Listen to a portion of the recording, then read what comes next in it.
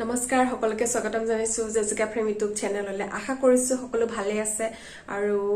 মই আজি নতুন এটা ভিডিঅ'লৈ আপোনালোকৰ ওচৰত আহিছো আৰু ভিডিঅ'টো হৈছে বিউটি টিপছৰ ওপৰত সো আশা কৰিছো আপোনালোকে এই ভিডিঅ'টোৰ পৰা লাভান্বিত হ'ব সো মই মাত্ৰ দুটা বস্তু ব্যৱহাৰ আপোনালোকক দেখাম এই ভিডিঅ'টোত আৰু মই বহুত দিনৰ এটা এক্সপেৰিয়েন্স লৈ পেলাই আপোনালোকৰ লগত শ্বেয়াৰ কৰিব বিচাৰিছো বিশেষকৈ স্কিনৰ প্ৰতি সো মই মুখত বহুত দিনৰ পৰাই মই সমস্যা ভুগি আছিলো যেনে ধৰক পিগমেন্টেশনৰ প্ৰবলেম হৈছিলে কোলা দাগবোৰ আছিলে মানে পিম্পলছ পৰাৰ পিছত কি হৈছে মোক কোলা দাগবোৰ আঁতৰি যোৱা নাছিলে সো তাৰ কাৰণে মই বহুত সমস্যাৰ বহুত টেনচনত পৰিছিলো কি কৰা যায় কেনেকৈ আঁতৰাব পাৰি সো তাৰ কাৰণে মই বহুত মাৰ্কেটৰ পৰা বেলেগ ধৰণৰ ক্ৰীম কিনিলো সেৰাম কিনিলো বহুত ইউজ কৰিলো কিন্তু কোনো লাভান্বিত নাপালো কোনো উপকাৰিতা নাপালো সো এদিন ভাবিলো কি হয় মই ঘৰতে ইনে ভাবিলো মনতে যে দুদিনমান মই ব্যৱহাৰ কৰি চাওঁচোন দুটা বস্তু সেই দুটা বস্তু ব্যৱহাৰ কৰিয়ে মই আজি বহুত উপকৃত হৈছো মোৰ ছালখন বহুত নিমজ হৈ গৈছে আৰু যি কোলা দাগ পৰিছিল সেইবিলাকৰ পৰা মই আঁতৰি আছো মানে সমস্যাৰ পৰা সন্মুখীন হৈছিলো যি কোলা দাগৰ সেই সকলো সমস্যাৰ পৰা সমাধান পাইছো মাত্ৰ এই দুটা বস্তু ব্যৱহাৰ কৰি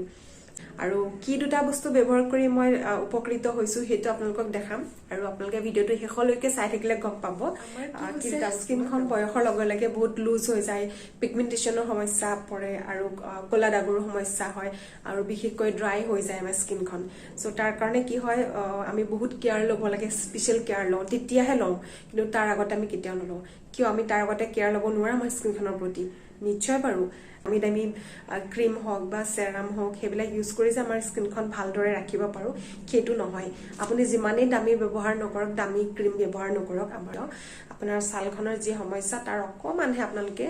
সমাধান পাব উপকৃত হ'ব কিন্তু বাকি সমস্যাবোৰ থাকি যায় সো তাৰ কাৰণে কি হয় আমি কেইদিনমান ব্যৱহাৰ কৰো আকৌ কেইদিনমান হেতু এৰি দিও আকৌ নতুন এটা আনি ব্যৱহাৰ কৰি চাওঁ ভাল হয় নেকি সো তেনেকৈ ব্যৱহাৰ কৰি আমি বহুত গিটাই ব্যৱহাৰ কৰি দিও কিন্তু আমাৰ ছালৰ কোনো লাভান্বিত নহয় আমাৰ ছালৰ সমস্যাৰ পৰা কেতিয়া আমি হাত হাৰিব নোৱাৰো সো তাৰ কাৰণে আমি কি কৰিব লাগে ঘৰুৱা যি সামগ্ৰী আছে সো ঘৰুৱা সামগ্ৰী দিয়ে আমি আমাৰ ছালখনৰ যতন ল'ব পাৰো ছালখন নিমজ কৰি ৰাখিব পাৰো সতেজতা আনিব পাৰো আৰু মুখত যি ড্ৰাইনেছ হেতু নাইকিয়া কৰিব পাৰো পিগমেন্টেশনৰ সমস্যাৰ পৰা হাত হাৰিব পাৰো লগতে কোলা দাগৰ পৰাও আমি হাত হাৰিব পাৰো আৰু লগতে এই যি আমাৰ কপালত মানে ফৰহেডত কপালত যি আঁচাচ পৰি যায় সেই তাৰ পৰাও হাত হাৰিব পাৰো আৰু লগতে আমাৰ চকুৰ গুৰিত যি কোলা কোলা দাগ পৰে সেইবিলাকৰ পৰা আমি সমস্যাৰ সমাধান পাব পাৰো মাত্ৰ দুটা বস্তু ব্যৱহাৰ কৰি আৰু কি দুটা বস্তু ব্যৱহাৰ কৰি মই লাভান্বিত হৈছো সেই দুটা বস্তু আপোনালোকক নিশ্চয় দেখাম তাৰ কাৰণে মই ভিডিঅটো আজি বনাইছো আপোনালোকৰ ওচৰত শ্বেয়াৰ কৰিছো সো আপোনালোকে ভিডিঅটো শেষলৈকে চাই থাকিলে গম পাব কি দুটা বস্তু মই ব্যৱহাৰ কৰি লাভান্বিত হৈছো উপকৃত হৈছো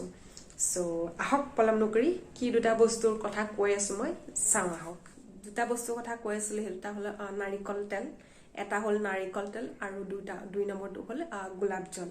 সো এই দুটা বস্তু ব্যৱহাৰ কৰিয়ে মই মুখত বহুত উজ্জ্বলতা আনিব পাৰিছো মুখৰ যি কোলা দাগৰ সমস্যা আছিলে তাৰ পৰা হাত হাৰিছো আৰু লগতে পিগমেন্টেশনৰ সমস্যাটো পৰিছিল মই হেতু নাইকিয়া হল আৰু লগতে যি ড্ৰাই আছিলে ড্ৰাই হৈ গৈছিলে মোৰ স্কিনখন তাৰ বাবেও মই বহুত উপকৃত হৈছো এই দুটা বস্তু ব্যৱহাৰ কৰি নাৰিকল তেল আৰু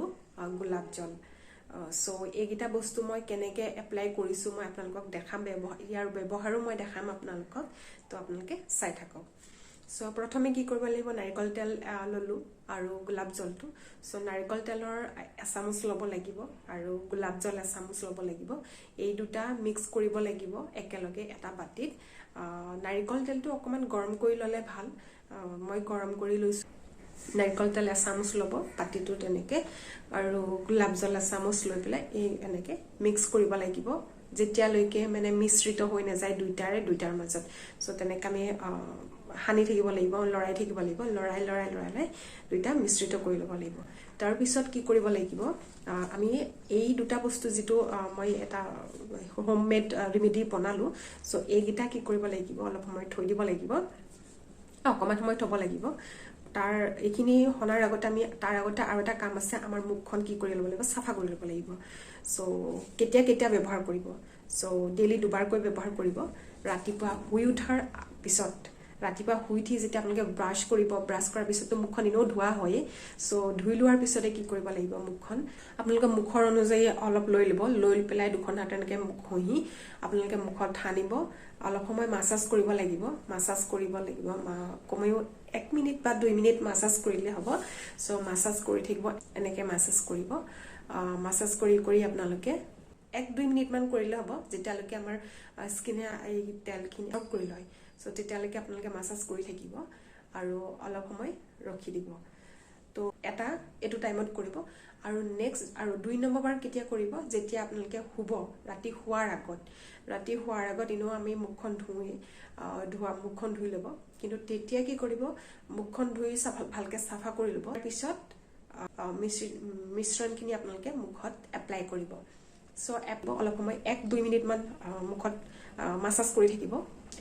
এনেকে মাসাজ কৰি থাকিব সো 1-2 মিনিট মাসাজ কৰাৰ পিছত মুখখন এৰি দিব যেতিয়ালৈকে আমি মিশ্ৰণখিনি যেতিয়ালৈকে এবজৰ্ব কৰি নলয় স্কিনে সো তেতিয়ালৈকে আপোনালোকে মাসাজটো কৰিয়ে থাকিব আৰু যেতিয়া এবজৰ্ব কৰি ল'ব এৰি দিব সো এনেকে যদি আপোনালোকে ডেইলি ৰেগুলাৰ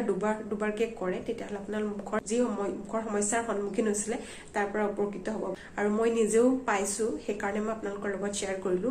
আৰু নিজেও মই বহুত উপকৃত হৈছো এই দুটা বস্তু গোলাপ জলটো কি হৈছে ডিষ্টিল ৱাটাৰ কাম কৰে সো মুখখনৰ সাফা কৰিবৰ কাৰণে আমি গোলাপ জল ব্যৱহাৰ কৰো কোবাৰ পৰা বাহিৰৰ পৰা আহি আমাক কি হয় আমাৰ মুখত বহুত ধুলি বালি লাগি আহে সো সেই সাফা কৰিবলৈ আমি কি কৰো গোলাপ জলটো ব্যৱহাৰ কৰো সো মুখখনৰ কি কৰে সাফা কৰি ৰাখে গোলাপ জলে এবাৰ যেতিয়া স্কিনত যদি সমস্যাৰ সন্মুখীন হয় তো সেই সমস্যা দূৰ কৰাত নাৰিকল তেলে বহুত সহায় কৰে সো আশা ৰাখিছো আপোনালোকে ভিডিওটোৰ পৰা লাভান্বিত হ'ব আৰু উপকৃত হ'ব আৰু আপোনালোকে ঘৰতে ব্যৱহাৰ কৰিব পাৰে কোনো সাইড এফেক্ট নাই কোনো ধৰণৰ প্ৰবলেম নহয় সো আপোনালোকে কোনো টেনশন নোহোৱাকে আপোনালোকে ব্যৱহাৰ কৰিব পাৰিব মাত্ৰ 5 দিন ব্যৱহাৰ কৰি চাওক আপোনালোকে 5 দিন ব্যৱহাৰ কৰাৰ পিছত আপোনালোকে মুখখনৰ এটা গ্লোইনেছ আনিব আপোনালোকৰ ড্ৰাইনেছ কমিব সো যদি আপোনালোকে ভিডিওটো ভাল পাইছে লাইক কৰি দিব শ্বেয়াৰ কৰি দিব আৰু যদি নতুনকৈ আহিছে তেতিয়াহ'লে সাবস্ক্ৰাইব কৰিবলৈ নাপাহৰিব সো আজিলৈ আহোঁ আকৌ এটা ভিডিঅ'লৈ আপোনালোকৰ ওচৰত আহিম সো আজিলৈ বাই বাই